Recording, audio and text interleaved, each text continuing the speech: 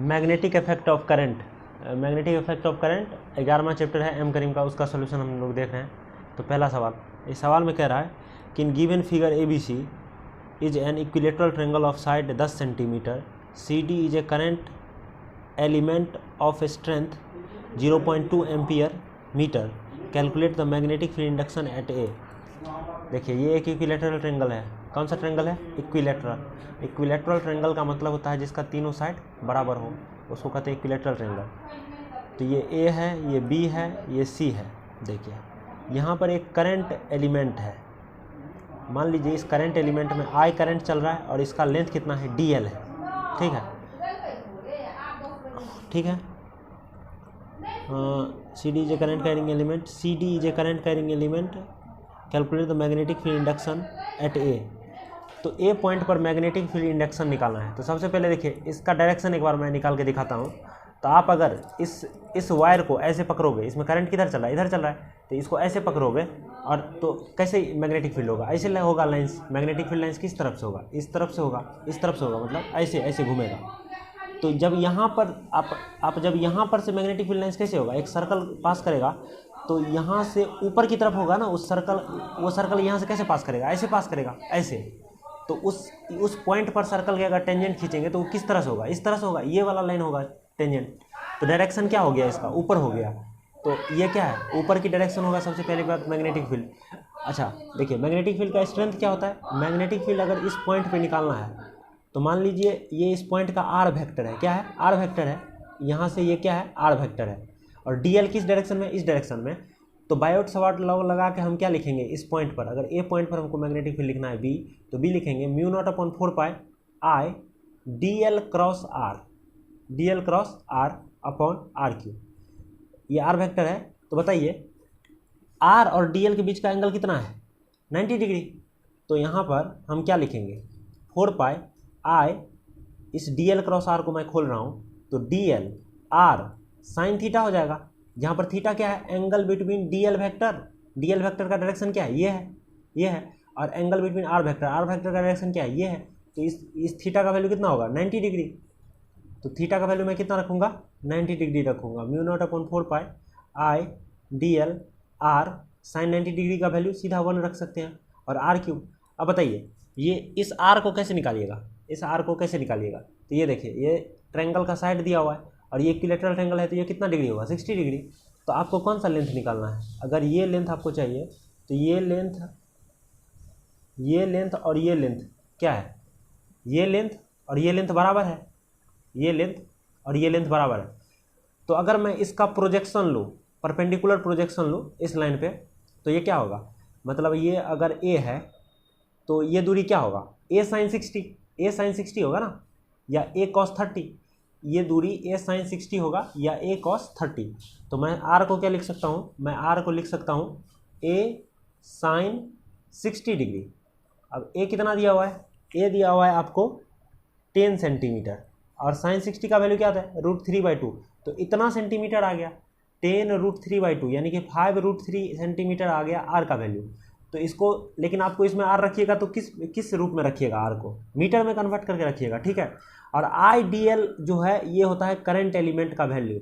तो आई D L का value कितना दिया हुआ है? 0.2। तो इसको 0.2 रखिए, इसका वैल्यू होता है 10⁻⁻7, और यहाँ पर आर का वैल्यू रखिए, फिर यहाँ पर आर का वैल्यू रखिए, यहाँ पर आर का वैल्यू रखिए, आंसर मिल जाएगा आपको।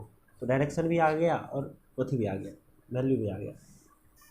अब क्वेश्चन नंबर 2 देखते हैं। इसमें कह रहा है in the above question calculate the magnetic field induction at a point B and C due to element at a point B and C. इसी सवाल में अगर आपको दूसरे सवाल में कह रहा है इस पॉइंट और इस पॉइंट पर मैग्नेटिक फील्ड इंडक्शन निकालना है, तो देखिए इस पॉइंट का और इस पॉइंट का आर वेक्टर क्या होगा? यही वाला वेक्टर होगा, है। आर वेक्टर क्या होगा? यही वाला वेक्टर होगा। तो आर और डी एल के बीच में, या आर और इस पॉइंट के लिए आर वेक्टर क्या होगा? ये वाला वेक्टर होगा आर वेक्टर, और इस पॉइंट के लिए सी के लिए ये वाला वेक्टर होगा आर वेक्टर। तो आर और डी एल के बीच में एंगल कितना है? इस सी पॉइंट के लिए 0 है, और इस बी पॉइंट के लिए 180 है। तो यहाँ पर क्या हो जाएगा? साइन थीटा की जगह पर साइन 0 या साइन 180 होगा। और जब ये साइन 0 या साइन 180 लिखेंगे तो पूरा टर्म क्या हो जाएगा? 0 हो जाएगा। तो इस पॉइंट और इस पॉइंट पर क्या होगा? मैग्नेटिक फील्ड 0 होगा। तो अब जो है हम तीसरा सवाल देखते हैं। इसमें कह रहा है in the given figure AC is a current element of strength 0.4 ampere meter placed at the center of circle of radius 10 centimeter. Calculate the magnetic field induction at the point PQMN. PQMN तो देखिए ये एक circle दिया हुआ है, एक circle है, इसका रेडियस दे दिया है आपको कितना, इसका रेडियस आप छोड़िए, रेडियस मैं मान लेता हूँ r, बाद में सब पुट कर लेंगे। r बराबर दे दिया है 10 सेंटीमीटर और IDL का वैल्यू दे दिया है आपको 0.4 एम्पियर मीटर। तो देखिए इस सर्किल का, ये सर्किल मैं बना रहा हूँ, ये सर्किल मैं बना रहा हूँ, तो ये जो करंट एलिमेंट है वो AC नाम दिया गया है करंट एलिमेंट का, और इस तरह से रखा हुआ है, और इसमें करंट किस डायरेक्शन में बह रहा है, इस डायरेक्शन में। तो ये इसमें करंट I बह रहा है और DL इसका लेंथ है, तो IDL का वैल्यू कितना दे दिया है 0.4 एम्पियर मीटर। अब पूछ रहा है place at the centre of circle of radius 10 centimetre, इस सर्किल का रेडियस 10 सेंटीमीटर है। तो calculate the magnetic field at PQMN। PQMN ये P पॉइंट है और Q पॉइंट कुछ ऐसे है यहाँ पे, ये 60 डिग्री पे, कितना डिग्री पे 60 डिग्री पे, ठीक है। ये PQ है और ये M है और ये N है, इस चारों पॉइंट पर मैग्नेटिक फील्ड निकालना है। तो देखिए सबसे पहली बात बताइए, अगर मैं P पॉइंट का R वेक्टर लूँ तो ये कुछ ऐसा होगा, तो DL और R वेक्टर के बीच का एंगल कितना है 180। तो यहाँ पर क्या होगा, यहाँ पर तो P पॉइंट पर B क्या होगा 0 होगा, क्योंकि DL क्रॉस R में साइन 180 होगा और साइन 180 का वैल्यू 0 होता है। और इसी अगर N पॉइंट के लिए R वेक्टर मैं लिखूँ तो ये वाला वेक्टर R वेक्टर होगा, तो R वेक्टर और DL के बीच का एंगल कितना है यहाँ पर 0, तो यहाँ पर भी DL क्रॉस R का वैल्यू क्या होगा 0 होगा, तो यहाँ पर भी मैग्नेटिक फील्ड क्या होगा 0 होगा। तो दो पॉइंट पर तो मैग्नेटिक फील्ड 0 हो गया। अब इस पॉइंट पर मैग्नेटिक फील्ड निकालना है, तो देखिए इस पॉइंट पर मैग्नेटिक फील्ड एट Q कैसे निकालिएगा, यहाँ पर ऐसे लीजिएगा हैं, और जो है DL क्रॉस R, देखिए DL के डायरेक्शन में ऐसे हाथ को रखिए हैं और R के डायरेक्शन में मोड़िए, तो किधर गया, यहाँ पर नीचे की तरफ मैग्नेटिक फील्ड होगा, किस डायरेक्शन में होगा नीचे की तरफ मैग्नेटिक फील्ड होगा यहाँ पर। इसी तरह से यहाँ पर मैग्नेटिक फील्ड अगर निकालना है तो यहाँ पर भी आप DL क्रॉस R कीजिएगा, तो यहाँ पर भी किधर आएगा नीचे आएगा, यहाँ पर भी नीचे आएगा, यहाँ पर भी नीचे आएगा और यहाँ पर भी नीचे आएगा, ठीक है। तो मैग्नेटिक फील्ड दोनों जगह पर, यहाँ पर भी नीचे यहाँ पर भी नीचे। अब Q पॉइंट पर अगर मैग्नेटिक फील्ड निकालना है तो क्या लिखेंगे, हम लिखेंगे formula Biot Savart law, μ0/4 I DL cross R upon R3। देखिए तो DL क्रॉस R को मैं क्या लिखूंगा, यहाँ पर DL क्रॉस R को मैं लिखूंगा μ0/4 I DL R sine theta upon R3। देखिए यहाँ पर R का वैल्यू तो यही होगा, लेकिन मीटर में रखना है, क्योंकि ये दूरी कितना है, R वेक्टर का दूरी कितना है यहाँ पर 10 सेंटीमीटर लंबाई है, तो उसको मीटर में रखिएगा। और IDL का वैल्यू दिया उसको भी रख दीजिएगा, और इसका वैल्यू 10⁻⁻7 रखिएगा। अब साइन थीटा का बात है, तो देखिए DL और R के बीच का एंगल कितना है, ये पूरा एंगल 180 में से 60 गया, 180 में से 60 गया 120, तो ये एंगल कितना है 120, तो साइन 120 यहाँ पर लिखिएगा, कितना लिखिएगा साइन 120। तो उसमें माइनस आ जाएगा, तो उस माइनस को हटा दीजिएगा, क्योंकि आपको मैग्नीट्यूड सीधा पता है, और आपसे अगर डायरेक्शन भी पूछ ले तो माइनस ऑफ के कैप, क्योंकि अंदर की तरफ है ना, तो माइनस ऑफ के कैप तो सीधा कह सकते हैं। तो यहाँ से आप मैग्नीट्यूड निकालिए, साइन यहाँ पर कितना होगा साइन 120 होगा, साइन 120 डिग्री, ठीक है। इसी तरह से अगर आपको M पे पूछ रहा हो मैग्नेटिक फील्ड, तो ये सब तो ऐसे ही रहेगा, R का भी वैल्यू यहाँ पर भी R वेक्टर क्या होगा, ये होगा R वेक्टर, तो R वेक्टर और DL के बीच का एंगल यहाँ पर कितना है 90 डिग्री, तो यहाँ पर साइन 90 हो जाएगा, और बाकी चीज़ ऐसे का ऐसे ही रहेगा। R वेक्टर का लंबाई इस बार भी 10 सेंटीमीटर होगा, क्योंकि ये सर्किल है, तो ये तो रेडियस है, तो ठीक है। तो यहाँ पर अंदर होगा, ये तो पहले बता दिया मैं, तो साइन यहाँ पर 90 बनेगा, यहाँ पर कितना बनेगा M पॉइंट के लिए 90 बनेगा। तो इसी तरह से इसको हल करेंगे, ठीक है। तो मैं चौथा सवाल पढ़ रहा हूँ, इसमें कह रहा है a straight wire carrying a current 100 ampere passes through a holes in the centres of opposite faces of cubical box of side 10 centimetre. Calculate the magnetic field induction eight A1 A2 A3 A4। देखिए क्या है कि एक cube है, मैं एक cube बनाता हूँ पहले।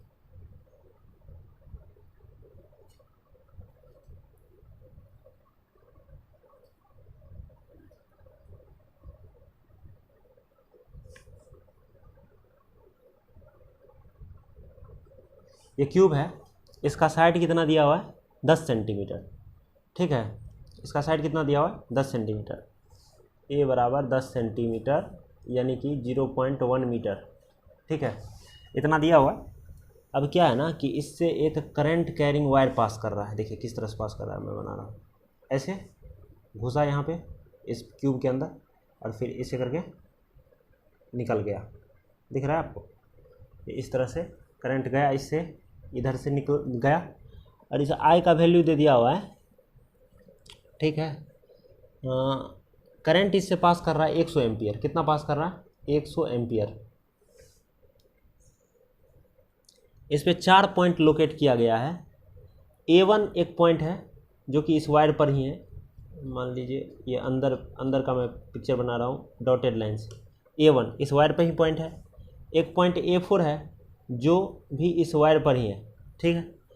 और एक पॉइंट A3 है जो इस एज के एकदम सेंटर पे है, इस साइड के एकदम सेंटर पे है। और A4 है जो इस फेस के डायगोनल के इंटरसेक्शन पॉइंट पे है। किस पे है? डायगोनल के इंटरसेक्शन पॉइंट पे, ठीक है। A1 A4 A3 A2। अब पूछ रहा है calculate the magnetic field induction at the points A1 A2 A3 A4 due to a small element of length 0.01 centimetre at the centre of box. तो box का जो बॉडी डायगोनल होगा उसका intersection point कुछ यहाँ पर होगा। तो यहाँ पर एक DL लेंथ का करंट एलिमेंट हम माने, इस वायर के बाकी पार्ट को आप भूल जाइए, आप बस इतना मान के चलिए कि यहाँ पर 2 ही पॉइंट है, कितना, एक इतना ही छोटा पॉइंट है जिसका लेंथ है DL। तो इसके वजह से मैग्नेटिक फील्ड निकालना है। इस DL का लंबाई कितना दिया हुआ है? इस DL का लंबाई दिया हुआ है 0.01 सेंटीमीटर, यानी कि 0.0001 इतना मीटर, ठीक है। इतना मीटर दिया हुआ है, ऐसा यूनिट में बदलिए। तो आपको पूछ रहा है कि इस DL एलिमेंट के वजह से A1 A2 A3 A4 चारों पॉइंट पे मैग्नेटिक फील्ड बताना है, ठीक है। तो देखिए सबसे पहली बात कि देखिए A1 और A4 के लिए, A4 के लिए जो है R वेक्टर क्या होगा? ये होगा। और DL वेक्टर भी क्या होगा? यही होगा। तो DL और R के बीच का एंगल कितना हो गया? 0। तो यहाँ पर मैग्नेटिक फील्ड क्या होना चाहिए? DL क्रॉस R का वैल्यू, तो DL R साइन 0 होगा, तो उसका वैल्यू 0। तो यहाँ पर तो 0 होगा। अच्छा, यहाँ पर भी R और DL के बीच का एंगल कितना होगा? यहाँ पर 180 होगा, तो भी 0। अब देखिए इस पॉइंट पर DL और R के बीच का एंगल निकालिए, और ये दूरी भी बताइए। ये R वेक्टर होगा इस पॉइंट के लिए, R वेक्टर क्या होगा? ये होगा। तो इसका दूरी कैसे निकालिएगा आप? देखिए इसका दूरी ऐसे निकालेंगे पाइथागोरस थ्योरम से। किस थ्योरम से? पाइथागोरस थ्योरम से। देखिए पाइथागोरस थ्योरम लगाएंगे तो निकल जाएगा। ये दूरी बताइए कितना होगा? अगर इस क्यूब का साइड 10 है तो ये दूरी कितना होगा? देखिए मैं एक बार फिर से बना रहा हूँ इस क्यूब को, इसमें ढंग से बताऊँगा कैसे दूरी निकालेंगे। इसमें 3D है थोड़ा सा।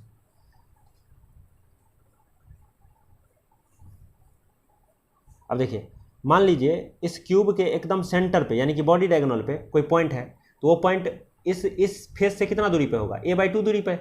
और इस फेस से भी A/2 दूरी पे, इस फेस से भी A/2 दूरी पे, इस फेस से भी A/2 दूरी पे। तो मैं इस फेस से इसको मिला रहा हूँ, तो कितना ये दूरी होगा? A/2, यानी कि 5 सेंटीमीटर है। इस तरह से इस पॉइंट का, इस मिडिल पॉइंट से, इस एज के मिडिल पॉइंट से कितना दूरी होगा? A/2, क्योंकि ये पूरा A, तो ये कितना? A/2। तो ये भी A/2 और ये भी A/2, तो ये कितना होगा ये बताइए। अगर A/2 ये भी 5 सेंटीमीटर, ये भी 5 सेंटीमीटर, तो आप देखिए tan थीटा बराबर क्या होगा? अगर इसको मैं थीटा मानूँ तो tan थीटा बराबर 1 होगा, यानी कि ये कितना? 45 डिग्री। तो ये 45 डिग्री। अब इसका दूरी निकालना है, तो ये कितना निकलेगा? पाइथागोरस थ्योरम लगाइएगा तो ये 5 का स्क्वायर प्लस 5 का स्क्वायर अंडर रूट के अंदर होगा, तो यानी कि 5√2 के बराबर आएगा। तो देखिए R भी आ गया, R वेक्टर भी आ गया और एंगल भी आ गया। DL और R के बीच का एंगल कितना है यहाँ पर? 45 डिग्री। तो जब आप यहाँ पर मैग्नेटिक फील्ड निकालिएगा BA3 पे, तो μ0/4 पाई I DL cross R upon R3 इतना होगा। तो DL क्रॉस R का वैल्यू कितना होगा? DL क्रॉस R में लिखेंगे हम, इसको मैं फिर से तोड़ रहा हूँ, तो μ0/4 पाएगा 4 पाई, और फिर I DL R sine theta, और यहाँ पर साइन थीटा का वैल्यू क्या होगा? Sine 45 degree. अच्छा, R का वैल्यू कितना होगा? 5√2 सेंटीमीटर, उसको मीटर बदल के डालिएगा इसमें। I का वैल्यू कितना दिया हुआ है? 100 एम्पियर, और DL का वैल्यू यहाँ पर निकाल के रखे हैं, तो सबको पुट कर दीजिए, और इसका वैल्यू 10⁻⁷ तो BA3 आ जाएगा। A3 पॉइंट पर कितना मैग्नेटिक फील्ड होगा? 100 आ जाएगा। अब देखिए A2 पॉइंट पर कैसे निकालेंगे? A2 पॉइंट, देखिए A2 पॉइंट क्या है? इस फेस के सेंटर पे है, तो इसका दूरी इससे कितना होगा? इस पॉइंट के लिए R वेक्टर कितना होगा? ये होगा R वेक्टर। तो और DL वेक्टर ये है, तो R और DL के बीच का एंगल कितना है? A3 पॉइंट कहाँ है? ऊपर पे। तो इसके लिए R और DL के बीच का एंगल कितना होगा? ये होगा R वेक्टर। तो R और DL वेक्टर ये है, तो R और DL के बीच का एंगल कितना है? 90 डिग्री। तो यहाँ पर इस A2 पॉइंट के लिए DL क्रॉस R कितना होगा, DL R साइन 90 डिग्री, और DL बाकी चीज़ आपको पता है, R कितना होगा, 5 के बराबर होगा। यहाँ पर R वेक्टर का लंबाई कितना होगा A2 पॉइंट के लिए 5 सेंटीमीटर, और जो है DL और I दिया हुआ है, और थीटा कितना होगा 90 डिग्री, तो DL क्रॉस R में यहाँ पर साइन थीटा के जगह पर साइन 90 रखेंगे तो हो जाएगा। इस पॉइंट का भी ऐसे निकालेंगे, ठीक है। अब मैं 5वां सवाल पढ़ रहा हूँ। A long straight wire passes through the holes of opposite corners of regular hexagon. एक रेगुलर देखिए हेक्सागन मतलब 6 साइड, रेगुलर का मतलब 26 साइड का लंबाई भी बराबर होना चाहिए। तो रेगुलर हेक्सागन है मतलब क्या, 26 साइड का लंबाई बराबर होगा, ठीक है। तो मैं अब हेक्सागन बना रहा हूँ, बेंजीन का रिंग है, ठीक है। तो ये हेक्सागन है, ये रेगुलर हेक्सागन है हमारा, लग तो नहीं रहा है लेकिन है regular hexagon. Side 10 centimetre, 0.1 metre इसका लंबाई है प्रत्येक साइड का ए, ठीक है। Calculate the magnetic field induction at a point ABCD due to a small current element of length 0.02 centimetre of the wire situated at the, देखिए इसमें 4 point आप मानिए ABCD, ठीक है। 4 पॉइंट मानिए ABCD। और इसमें जो है ना एक छोटा सा करंट एलिमेंट है यहाँ पर, ठीक है। इसमें करंट किधर बह रहा है, इधर बह रहा है, तो DL का डायरेक्शन क्या होगा, ये होगा। इस DL का लंबाई है 0.02 सेंटीमीटर, तो इस DL को आप मीटर में बदलिए, DL कितना दिया हुआ 0.02 सेंटीमीटर, तो 0.0002 मीटर, तो A भी आ गया मीटर में और DL भी मीटर में आ गया। अच्छा, इससे करंट कितना बह रहा है, I बह रहा है 200 एम्पियर, करंट कितना बह रहा है 200 एम्पियर। तो आपको मैग्नेटिक फील्ड इस पॉइंट पर और इस पॉइंट पर निकाला है। बताइए इस पॉइंट के लिए R वेक्टर क्या होगा, ये होगा। तो R वेक्टर और DL वेक्टर के बीच का एंगल कितना हो गया 180। तो DL क्रॉस R जब करेंगे तो DL R साइन 180 करेंगे, तो साइन 180 को वैल्यू 0, तो यानी कि इस पॉइंट पर BD क्या होना चाहिए, मैग्नेटिक फील्ड एट D 0। और इसी तरह से यहाँ पर R वेक्टर क्या होगा, ये होगा। तो R और DL के बीच का एंगल कितना है, DL भी इधर R भी इधर, एंगल 0 डिग्री, तो यहाँ पर भी साइन 0 क्रिएट होगा जिसका वैल्यू 0। तो इस पॉइंट पर तो मैग्नेटिक फील्ड 0 है। अब इस पॉइंट के लिए आपको क्या निकालना है, थीटा निकालना है। बताइए सबसे पहली बात यहाँ पर R कितना होगा, R कितना होगा बताइए।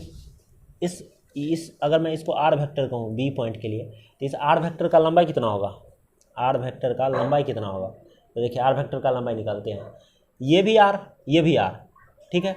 ये दूरी भी R होगा तो ये दूरी भी R होगा। तो देखिए ये कौन सा ट्रायंगल है, आइसोसेलेस ट्रायंगल है जिसका 2 भुजा बराबर है। तो आइसोसेलेस ट्रायंगल है, इसका 2 भुजा बराबर है। अब देख बताइए ये एंगल कितना होगा, ऐसा कितना एंगल बनेगा, 1 2 3 4 5 6 एंगल बनेगा। और 6 एंगल जोड़ करके कितना एंगल होना चाहिए, 360 है। तो एक एंगल में 360 बट्टा 6 यानी कि 60 डिग्री, ये कितना होगा 60 डिग्री। तो ये अगर 60 और ये दोनों बराबर है, ये दोनों साइड बराबर है, तो ये आइसोसेलेस ट्रायंगल है, तो इसका ये एंगल और ये एंगल भी बराबर होना चाहिए, और दोनों का समेशन कितना होना चाहिए 120, क्योंकि आइसोसेलेस ट्रायंगल है तो ये एंगल और ये एंगल बराबर होगा। तो ठीक है, तो इसका और इस दोनों का समेशन कितना होना चाहिए 120, यानी कि इसको भी 60 होना पड़ेगा और इसको भी 60 होना पड़ेगा। तो जब ये भी 60 है, ये भी 60 है, ये भी 60 है, तो अब ये आइसोसेलेस तो था ही, लेकिन अब प्रूव हो गया कि ये इक्विलैटरल ट्रायंगल है। और जब ये इक्विलैटरल ट्रायंगल है तो इसका साइड अगर A तो ये भी A ये भी A, तो इसका लंबाई कितना आ गया, R वेक्टर का लंबाई A के बराबर है, यानी कि R का लंबाई मॉड ऑफ R बराबर 10 सेंटीमीटर, यानी कि 0.1 मीटर। तो देखिए अब ये एंगल भी कितना आ गया 60 डिग्री। तो देखिए D, तो अब जो है मैं B magnetic field at B point लिखूंगा, μ0/4 I DL क्रॉस R/R3। तो देखिए μ0/4 I DL क्रॉस R क्या होगा, DL R साइन थीटा, और यहाँ पर थीटा का वैल्यू कितना होगा 60 डिग्री। देखिए DL और R के बीच का एंगल कितना है 60 डिग्री, तो थीटा का वैल्यू कितना होगा साइन 60 हो जाएगा, यहाँ पर साइन 60 होगा अपॉन R3। अब R का वैल्यू A के बराबर है, R का वैल्यू 10 सेंटीमीटर हम बता दिए हैं, उसको रखिए, I का वैल्यू रखिए, DL का वैल्यू रखिए, μ0/4 का वैल्यू रखिए, साइन 60 का वैल्यू रखिए, और मैग्नेटिक फील्ड इस पॉइंट पर निकल जाएगा। अब इस पॉइंट के लिए आपको क्या निकालना है, देखिए इस पॉइंट के लिए भी आपको पता है कि अगर इसके लिए R A के बराबर आ गया तो इसके लिए भी R कितना होगा A के बराबर आएगा, ये भी R कितना के बराबर आएगा 10 सेंटीमीटर के बराबर आएगा। लेकिन इस बार थीटा चेंज हो गया, तो थीटा कितना होगा, ये 60 तो ये भी 60 होगा, पता है ना, ये 60 तो ये भी 60 डिग्री, 60 60 कितना हो गया 120। तो इस पॉइंट के लिए साइन थीटा का वैल्यू क्या होगा, साइन 120, बाकी चीज़ वैसा का वैसा, तो यहाँ पर भी निकाल सकते हैं, ठीक है।